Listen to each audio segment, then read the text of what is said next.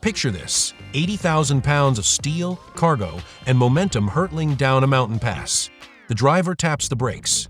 Nothing. That nightmare scenario, and why it rarely happens, is exactly what we're exploring today. Welcome to the logic of simple things, where the most ordinary details hide extraordinary stories. And today's detail? The hiss you hear when a big rig comes to a stop. That's not a leak. That's engineering genius. Your car stops using hydraulic brakes, a closed system of fluid under pressure. Works beautifully, but scale that up to a fully loaded semi-truck, we're talking 40 tons, and you've got a problem.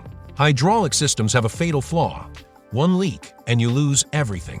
Total brake failure. On a vehicle that weighs as much as 5 elephants, that's catastrophic. So, engineers went in a completely different direction. Instead of a liquid, they used something all around us, completely free and infinitely replenishable: air. Here's what makes air brakes not just good, but brilliant. Hydraulic brakes work by applying force. Air brakes do the opposite. The brakes on a big truck are held open by air pressure. Remove the air, and the powerful coil springs clamp the brakes shut automatically. Think about that for a second. The system is designed so that losing pressure stops the truck. A leak doesn't cause brake failure, it triggers braking. Engineers call this a fail-safe. It's the rare piece of technology where the worst-case scenario activates the safety feature. The heart of the system is the air compressor, driven by the truck's own engine. It stuffs pressurized air into storage tanks, enough reserve to stop the truck multiple times, even if the compressor quits mid-journey. When the driver hits the brake pedal, a valve releases air from those tanks down through the brake lines to chambers at each wheel. Inside each chamber, the air pressure pushes against a flexible diaphragm, which drives a rod into the brake mechanism, forcing pads against drums. Friction. Slow down. Stop.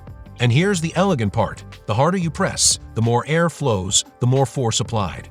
It's proportional, intuitive, and powerful. If you thought one failsafe was impressive, air brake systems are practically paranoid about reliability, and that's a good thing. There are 2 completely separate air circuits on most trucks. If one circuit fails, the other still controls a set of wheels. You don't lose everything. You keep stopping power. There's also the air dryer, an unsung hero. Every breath of air the compressor pulls and carries moisture. In cold weather, that moisture freezes in the lines. The dryer strips it out before it ever reaches the storage tanks. And governors. And pressure relief valves. Every potential failure point has a countermeasure, and that countermeasure has a backup. All this engineering demands respect. Air brakes are only as good as their last inspection. Brake shoes wear down. Lines develop tiny leaks. Slack adjusters, which keep the precise gap between pad and drum, drift out of spec. Even with air dryers, moisture accumulates in tanks and needs to be drained regularly. This is why commercial drivers learn air brake systems before they ever get a CDL. Understanding this system isn't just useful, it's legally required. Why not just make better hydraulics? Fair question. The answer is scalability. As trucks grow heavier and routes grow steeper, air brake systems scale with them.